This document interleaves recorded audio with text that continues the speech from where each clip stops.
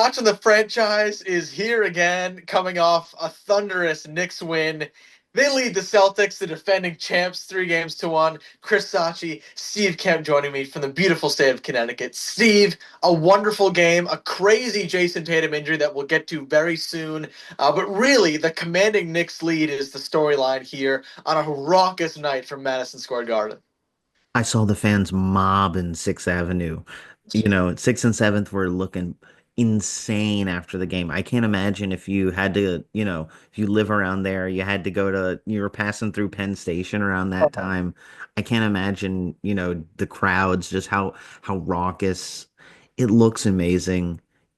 What a great time right now to be a New Yorker.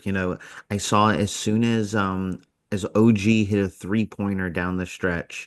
Um, there was a walk-off for the Mets game. Like Pete Alonso hit the walk. I got the phone notification like instantly, right then. Uh, Uh-huh. Yankees had a big inning earlier in the evening. Right now they're up 8-5. Cal Raleigh just hit a big three-run home run, so we'll see if they can hold this lead. Um, but man, the Knicks tonight showed, I mean, we've talked about enough. The Wings play well. If the Wings scored 20, if Cat, doesn't hurt the team with his foul trouble. And tonight, those non-Cat minutes were great for the team, Yeah. especially down the stretch. And Brunson, just brilliant. We we we we got to give him his flowers at some point. This might be, and Shea Gilgeous-Alexander just is coming off what might be and what is probably an MVP season. Yeah. Is Brunson making a case for the best playoff April May guard that you want in the NBA right now? Yeah, I mean, if there was a play on this is way too early. This is what we talked about our first pod, Steve, that we did back together in 4 years or so. These netters are always being written, but how much fun it is to say, like, if you give a playoff MVP right now, it's got to be Brunson. I mean, 39 points, and this is a Knicks team that no one picked to win any games in the series. They were counting it out. You look at the Celtics as the defending champs, and they've just been such a great show. And it's easy, Steve, to hop on a podcast and look at the negatives of Boston, and like we're gonna get into that. And once again, the Tatum injury was a big story, but not the story in terms of the result. More of just like the overall view. But I remember the first time I did a podcast, Steve, just by myself in my car. I sheepishly put it out on the internet, and I said if the Knicks guys besides Josh Hart who start get 20 plus, the Knicks are impossible to beat. And we talked about it just before this. The Knicks won the Wings battle tonight. They really did. Tatum was unbelievable, but the Knicks won the Wings battle. And OG was amazing, maybe the best two-way guy, and the best two-way performance we've seen in a long time. Honestly, like Kawhi levels of just the defensive lockdown that he had. And the Knicks pulled this one out with some obstacles, especially. The Knicks were able to figure this one out and go up 3-1 in a series where it looked like from game three they could have gotten three bombed and looked like Boston maybe figured some things out. But to kind of veer towards the Celtics side, Steve, we both agree, I think, that they got into their habits of close game. The Knicks are going to get their Brunson shots. They feel great about what they have with Brunson as, like you said, maybe the best closer in the league right now, versus Boston, who tends to love this play with your food 3-point offense, and that's what doomed the Celtics late in the game. Well, I mean, Tatum was brilliant in the game. I mean, Mhm. we can Mhm. talk about that for a second. I mean, in terms of winning the Wings battle, they kind Yeah, of let him get his own. But yeah, down the stretch, the cracks were kind of showing in because he gets hurt after the Knicks make the big run that ends up winning them the game. uh, And so before that, during that stretch, he gets bailed out by Scott Foster a couple of yeah, times, which I'm sure we want to talk about. yeah, He misses a couple big shots, but 42 points, 8 points, four yeah. steals, two blocks, four assists. Come on, like he was. I saw earlier that he was the Colin Coward had him pegged as something like the reliability or the I gotta get this right. But in response to everyone calling him the anomaly, Colin Coward had called him the beneficiary. The beneficiary. That's a great coward line. I mean That was a that's so great. good. Sorry, I had to get that right. He No, that called was him the great. beneficiary, but tonight he put that to rest. He Uh-huh. was incredible in this game. He had carried the Celtics at many points throughout this stretch, but the Knicks always had an answer. And Yeah. down this, I'm sure you want to get. I'm sure you want to get to this stretch when they bring on McBride and these Uh-huh. non-towns. This is Yeah. this is what we were talking about a lot, is the that Cat has the potential to destroy a team's fourth quarter Yeah. down the stretch. And Right. sometimes he does it by hitting the bench. And Uh-huh. tonight, that was the exact opposite. McBride comes on and the Knicks just click in. It was Yeah. incredible. So it starts with with Tatum hitting a three over OG to go up 99-98 from the Mhm. 7 minute mark. And then Bridges responding with that fadeaway. I think Mikal Bridges is, if I'm doing a draft of guys I want and on as my third best guy, Uh-huh. I think Oh, I OG like and that, Brad. I think OG and Bridges might go 1 and 2 in this draft. Among teams, playoff teams is protect the first two best players on every team. Yeah. After that draft, I think I might want Bridges or OG if I'm building a championship team. Your Yeah. thoughts? That's a great take. I'm doing the quick mental math. You look at Boston, it's like even just picking the Celtics, picking, is it like a Drew? Is it a Holiday? Is it a Derek White? Oh, I'm sorry, I just crash banged the little audio there. You look at like Denver. Is it MPJ? I don't think so. I love that take. And the Knicks have two guys. Do you take Mikal or do you take OG? That's the question. And you're right. Like that is one of the guys that the Knicks. He's spotty with the shooting. But I was telling Steve, I got to tell you, I love painting the scene of like how I'm watching these games. I told you I was watching Star Wars and watching one of these games at the same time in the past. Like I didn't watch the game, and you carried the last podcast that we did.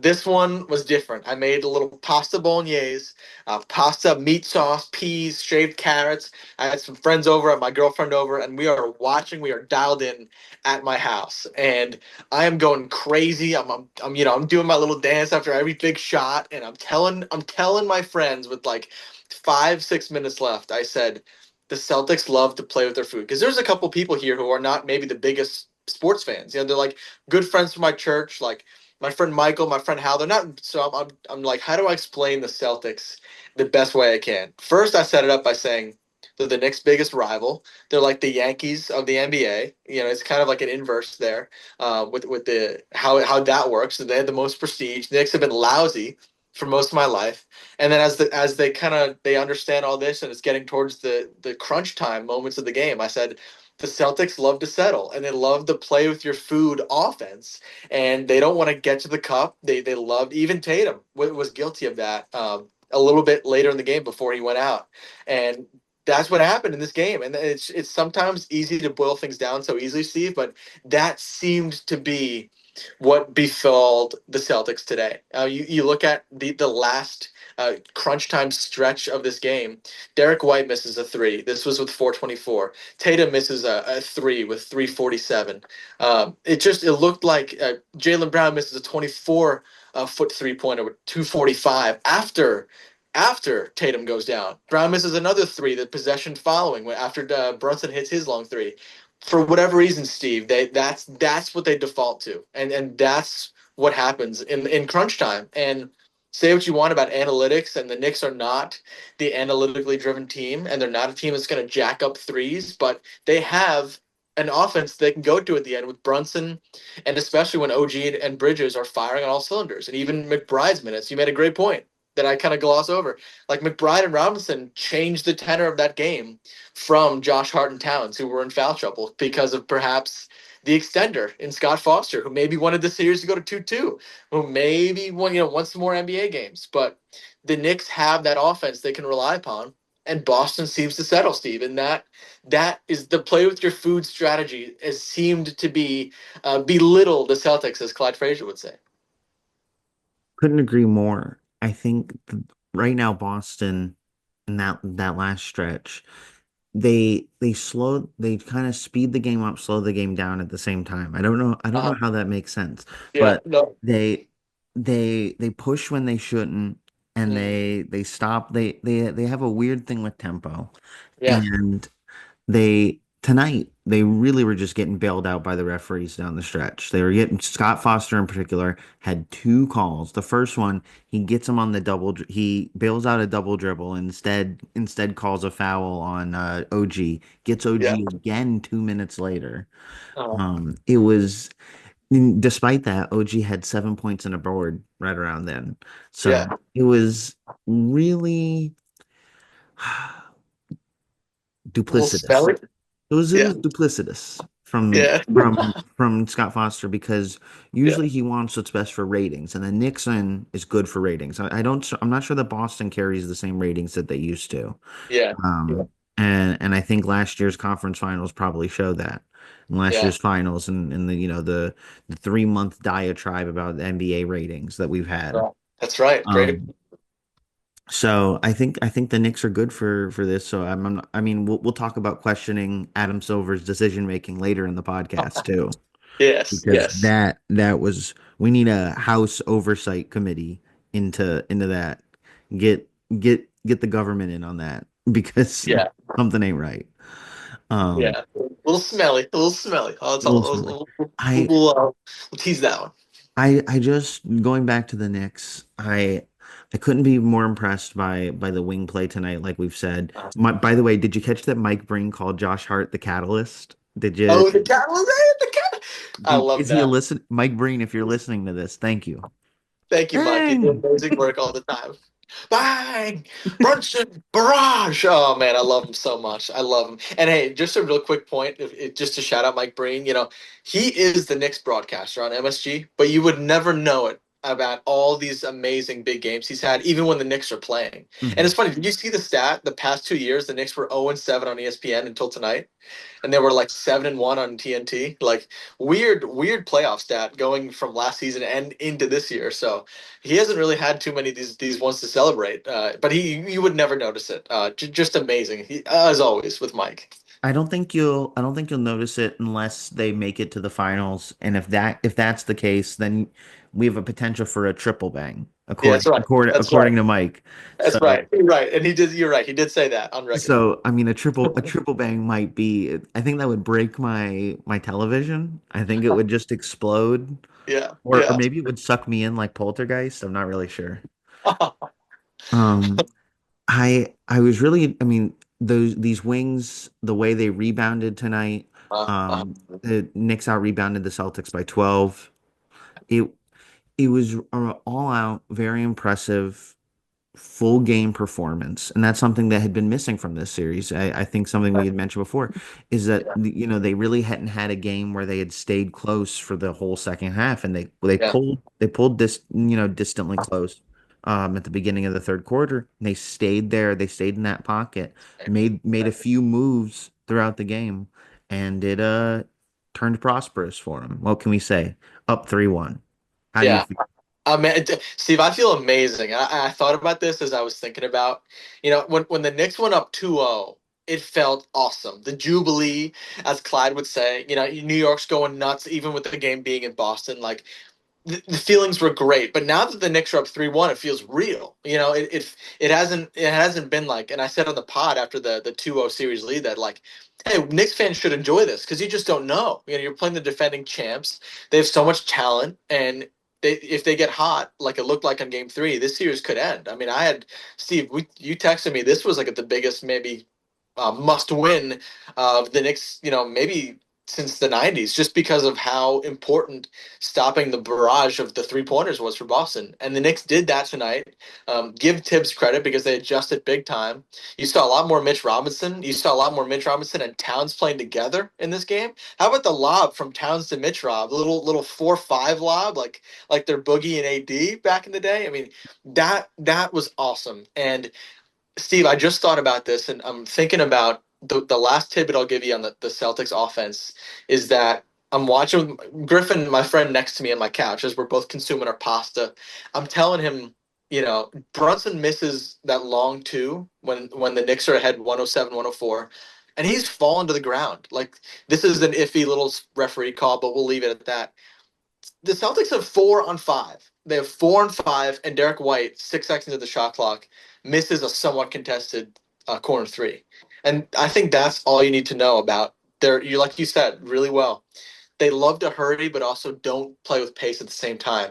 And I think it's because they just don't really have uh, a pure point guard. Like people give Tatum all the credit for playing point guard, and he's awesome at it. But maybe they just don't have the classic setup man. And on the inverse, the Knicks have a great setup man, and he knows how to get all these guys their shots. And at the same time, Bridges is really shown that he's a wonderful mid-range second option. So when you have those two guys clicking, and Towns, again, this was a great Towns game, but not necessarily in the clutch.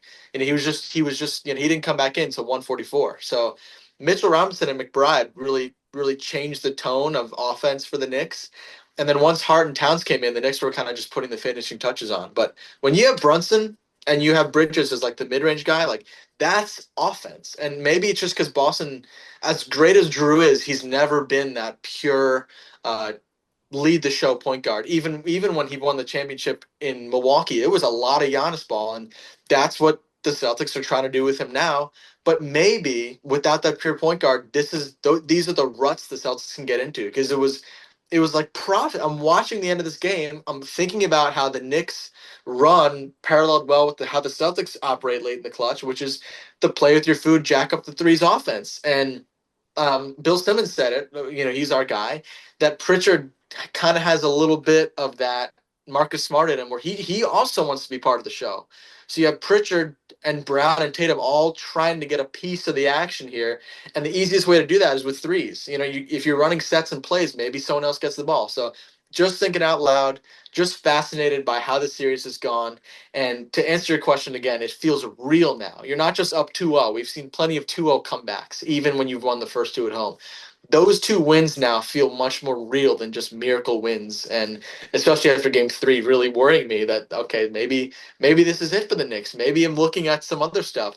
This feels awesome, and it's not done yet, and we really don't know what's going on. But a sneak little peek ahead: if the Knicks advance and they're going to play Indiana, the Knicks have home court all of a sudden, Game 7, with Cleveland also going and really being an issue. So just not going to count my eggs before they hatch. You know me, I'm really historically scared about all this. I mean, I have a Mets jersey on, I have my Knicks cap on.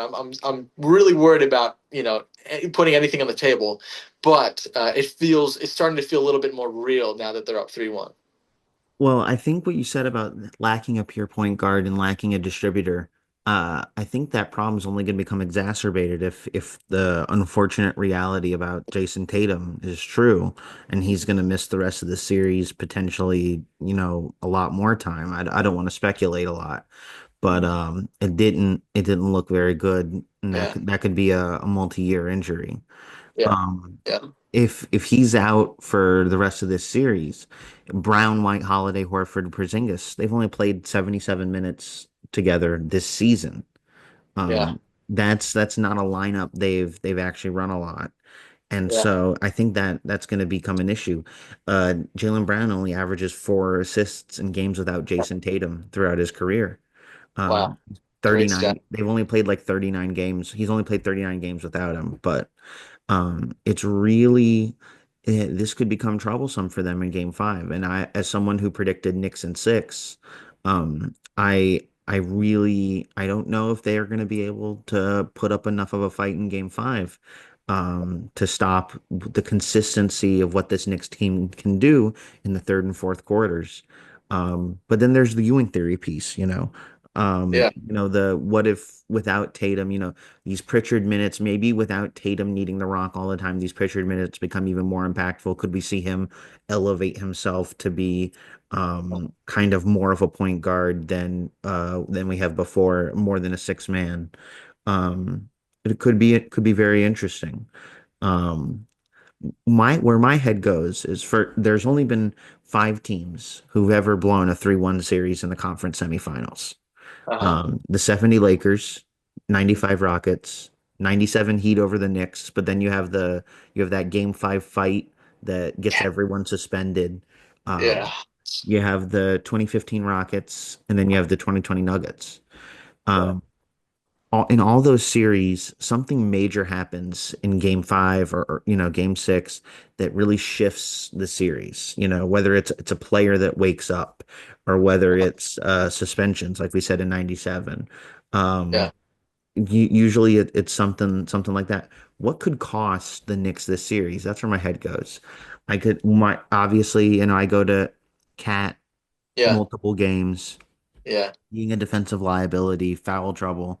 I think Yeah. that might loom large. That could be the game five thing in Boston. They always say the ball doesn't bounce your way in Boston. That just goes a different way off the floorboard. I I think I think Cat might be the recipient of some of Lucky's bad luck Yeah. um, in that in TD Garden tomorrow or Wednesday night.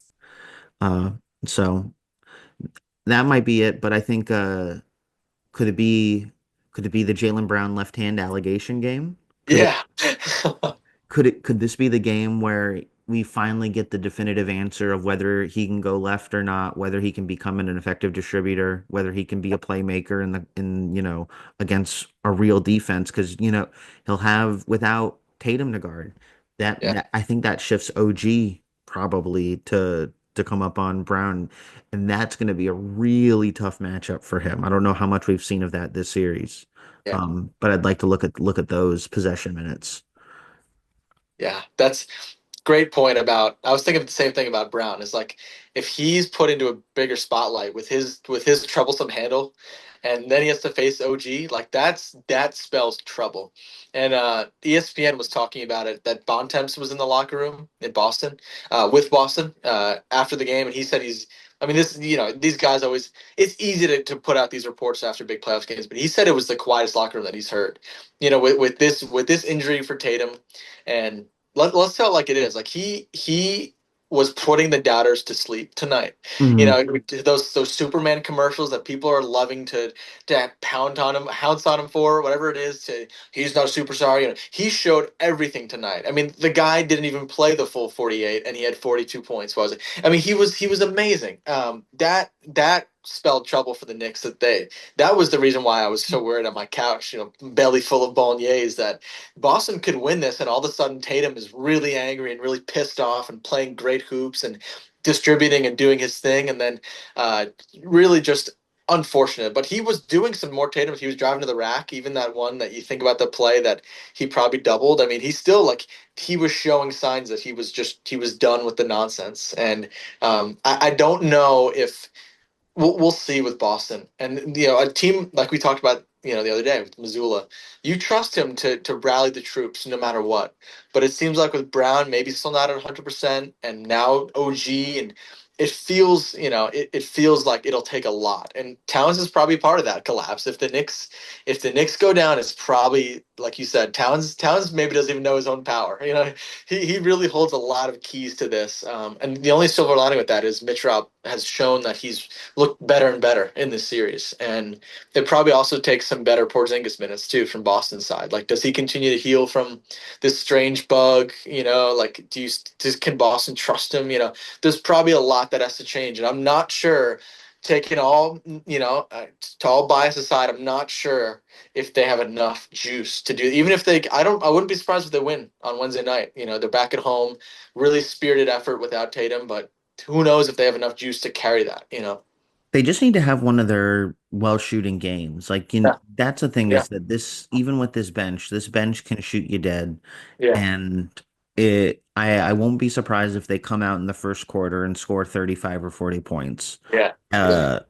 Just raining threes. Um, if that's the case, then this is going to come back to MSG Game 6, and I think what will happen is we'll have an atmosphere that turns it into more of a rock fight, something that benefits the Knicks, slowing the game down, focusing on the lack of a true ball handler in Boston's offense, and um, unless it comes down to the Ewing theory, unless it Yeah. comes down to the 1999 Knicks being Yeah. better without their generational superstar on his last legs, you Yeah. know, we'll there is a Ewing theory out there. I've seen it happen many times, and all of us have, where a Yeah, best team loses their superstar and suddenly becomes even better. yeah, We've, yeah. you know, so I mean, Willis Reed in that game seven, Yeah. that the original The Will. original. Yeah, So yeah. we'll see what happens there. Speaking of Ewing. Yes. Today was the what 40-year anniversary of Yeah. the frozen envelope. Uh-oh. Let's see. What is that? Uh-oh. It happened again. God damn It it! it happened again. They took the next great white hope and Uh-huh. they have stolen him. They have stolen a national asset and taken him to Dallas. What, Uh, who paid who? That's yeah. my question. Who paid who? There are so many threads running everywhere. Uh, I can't deal with it, man. It is nasty work that Nico Harrison was rewarded by this league. He did a war crime. We're gonna have a ranking of NBA uh, war crimes one day, and yeah. that's gonna be Yeah. number one. That's the Yeah. number one war crime in the history of all NBAs. And they've It's, rewarded him for it. They've given him a good boy prize. Is yeah. that what I'm Yeah. hearing? Yeah. They said For probably the worst trade since Babe Ruth. I mean, They said, you "Hey, know, buddy, we need Luca in a big market. LeBron's career is on its last legs. We can get this guy. We can get the GOAT another chip or two if you do this. We'll yeah. throw you what might be the next Larry Bird, what Yeah. could be the next Blake Griffin. Yeah. This it's terrible. There's a Miriam Adelson piece to this, the Uh-huh. owner of the Dallas Mavericks. And Yeah. it works both ways. It's a double-edged sword with this. This could be another feat of lobbying. She's a Hall of Fame lobbyist. This could be one of those, or was this like a spite gift from Adam Silver that says, "Hey, you can't move to Las Vegas because Yeah. he doesn't want the Mavericks to move to Las Vegas. Yeah. That would mean that $200 million per team, a $6 billion revenue stream that just instantly comes in to all the owners, which makes Uh-huh. him look like a great friend to all of them. You don't think the Yeah. owners want an extra 200 million just off on a random? He's trying. They wanted to usurp that. I think he might have wanted to spoil any idea of Dallas moving. Um, but I don't know. I don't think the Mavericks fans are actually going to be happy with all this, man. Like I've talked to Hayden Broom, our good Yeah. friend, who's a Yes. Mavericks fan, and he said that if they're good next year, he's just going to be like, yeah, whatever, man. They're good, I guess. I'll Yeah. watch, but it doesn't. I don't think you're creating generations of good fans. I wonder if this is gonna tumbleweed into something bigger and maybe cause them to sell the team eventually, because Yeah. I think they've rubbed their fans in such a wrong way. Unless they deliver a championship within this window, I don't Yeah. know that the fans can be really be satisfied. So, Yeah. Great wa- stuff. was the Laker trade initiated by the league?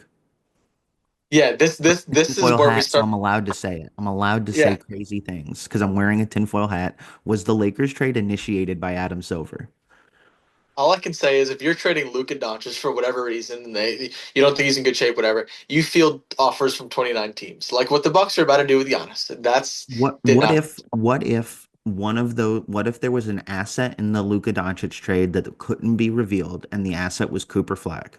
Yeah. Does Yeah. that change things? Would you field the offer to 29 other teams if he said one if you don't talk about trading Luka to anybody, if you trade him in the middle of the night and steal the storylines out from under the rug of everything else immediately right after the Super Bowl, if you Uh-huh. do, will you will you not call anybody else? Will you do this with your friend and we'll put out this BS excuse of how you and Rob Pelinka have this wonderful relationship and that's why this prospered.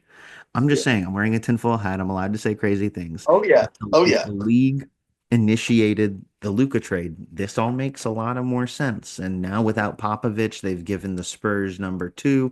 And who do they Uh, screw? The Washington Wizards. Yet yeah. again. Again. My Yeah. tip my hat to Ethan Mermelstein because I feel for you, brother. I feel Yeah. for you. Other draft lottery thoughts. I'm really thankful that the Hawks didn't gift the Spurs that top lottery Yeah. pick, but I Yeah. have a feeling that 14th overall pick is going to be a Hall of Famer. Yeah. So here's my reasoning on that is that the last time the Wizards had the sixth overall pick, that was Jan Vesley in Oh 2011. yeah. Oh yeah. That was what I discovered there. And so in that draft, the 15th overall pick was Kawhi Leonard. So now I think that there's going to be a late lottery pick that's going to be a Hall of Famer in this one. And I Wow. think the Hawks have, knowing the Hawks, what we did for Luka Doncic, Trey Young trade, I fear it's going to happen again. That, maybe like, I don't know, maybe it's, who could it be? Walter Clayton Jr.? Could it be, who's the center from Michigan? I like Danny Wolf. Danny Wolf was that might be the guy right there. So we'll see. We'll see what happens there. Man, I love tinfoil hats. I love it. I love What tinfoil hats, else? Steve. We need more of these in the future. What other NBA? I mean, obviously you have Kings. I mean, well, look, we can talk more Scott Foster for a couple minutes while I'm wearing the tinfoil hat. Yeah, we have to. Crazy that he was calling with uh, Not you? Donahue. Yeah. Yeah. Yeah. And he's just trotting along, still doing really big playoff games. And It kills me. The yeah. integrity of the league is in shambles. Yeah. I Yeah. think the NBA desperately needs Roger Goodell as commissioner, and I think the Yeah. NFL desperately needs Adam Silver as commissioner. I think Man, could you imagine? we Oh should man, trade. Commissioner Who says trade? no? Who says Who no? says no? Who hangs up the phone first? And I at least I gonna have think a it's meeting about it? mutually beneficial because the NFL could use some of Silver's shiftiness and getting like star players on big market teams and Yeah. not Yeah. letting guys waste careers on uncompetitive teams. And the NBA needs a strong arm daddy who's just gonna take the league and make it sure it stays on prime time and doesn't let it get usurped by other leagues and has a consistent schedule, but Uh-huh. also that they don't do crazy things like Yeah. this Yeah. all the time. Manipulate. I mean, Yeah, just you look at the Mavericks odds were 1.3%. I mean, there's no way. I mean, Cleveland won three lotteries out of four. Like we can go on and on and on and on about this since the original Ewing, the original sin of NBA, draft lottery, absolute chicanery. I mean, there's no way. He It's couldn't have nasty. done it.